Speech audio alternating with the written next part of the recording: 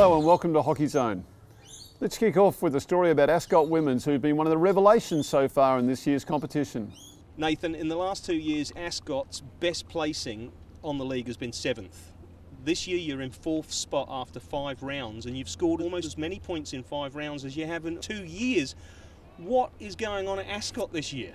Yeah, so we've got a few recruits to the club this year, a couple of young girls with plenty of ability, and it's something we've been building over the last 2 or 3 seasons to get to this point where we're actually challenging for finals, and it's been a focus for us for the last 2 seasons, particularly under myself. I think the girls are coming to this season a lot fitter this year. They're working a lot harder off the field, and there seems to be a tighter bond as well. I think the girls have realised this year that with the loss of a couple of key players like Kat Austin and Jade Hooper not being able to play as much, they really have to bind together a lot better and not rely on those 2 or 3 key players, but actually play as a team. And it's what we're sort of developing this year, and making everyone responsible for their roles and making sure that everyone does their job.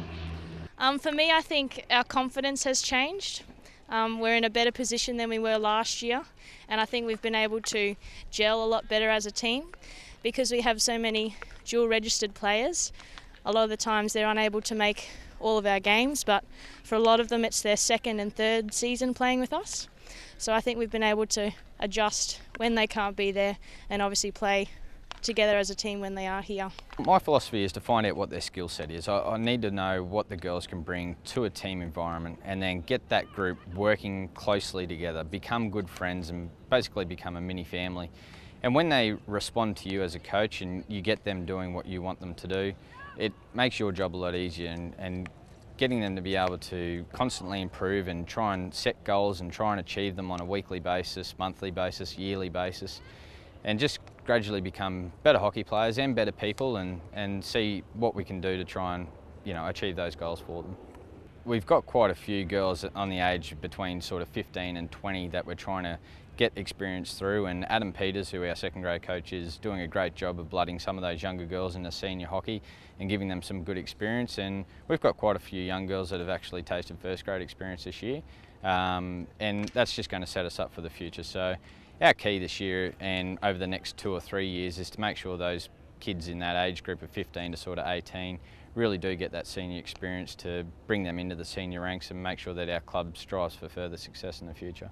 Well, my wife actually started playing for Ascot about 7 years ago, and through Jade found out that there was a vacancy coming up. Their coach of the 2 or 3 seasons had to move back to Rockhampton. So yeah, I just applied for the role and had a chat with Jenny Herron and Margie Brown, and they interviewed me. It was actually quite an interesting process to go through, and you know, our first year wasn't very successful. Our 2nd year was an improvement, but still not overly successful. We want to make finals, but now we're sort of starting to get on that track, and we're not getting ahead of ourselves.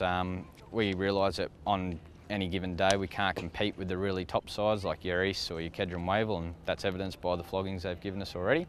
But hopefully we're getting to a point where we can close the gap on those top sides, continue to beat the sides around us, and hopefully scrape in the 4th or 5th spot, and then see what finals pressure does to other teams. What's missing? What do you still need to put into that jigsaw puzzle? Yeah, so I think defensively we need a really strong, solid fullback, and in our last 2 games we've had Bridget McLean come along from Ipswich, who's one of the Ipswich's senior fullbacks, and she's made a massive difference. But we could do with another solid defensive, either fullback or defensive midfield player, and somebody to complement them also as an attacking midfielder that scores goals. I think we really lack a goal-scoring inside forward at the moment, someone that's going to score you 15, 20 goals a year.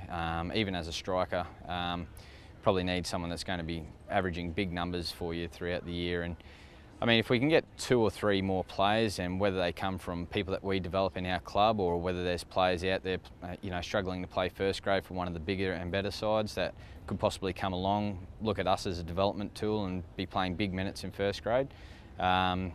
They're the avenues that we'd probably be looking at to try and, yeah, reach the peak and become competitive and try and make a grand final.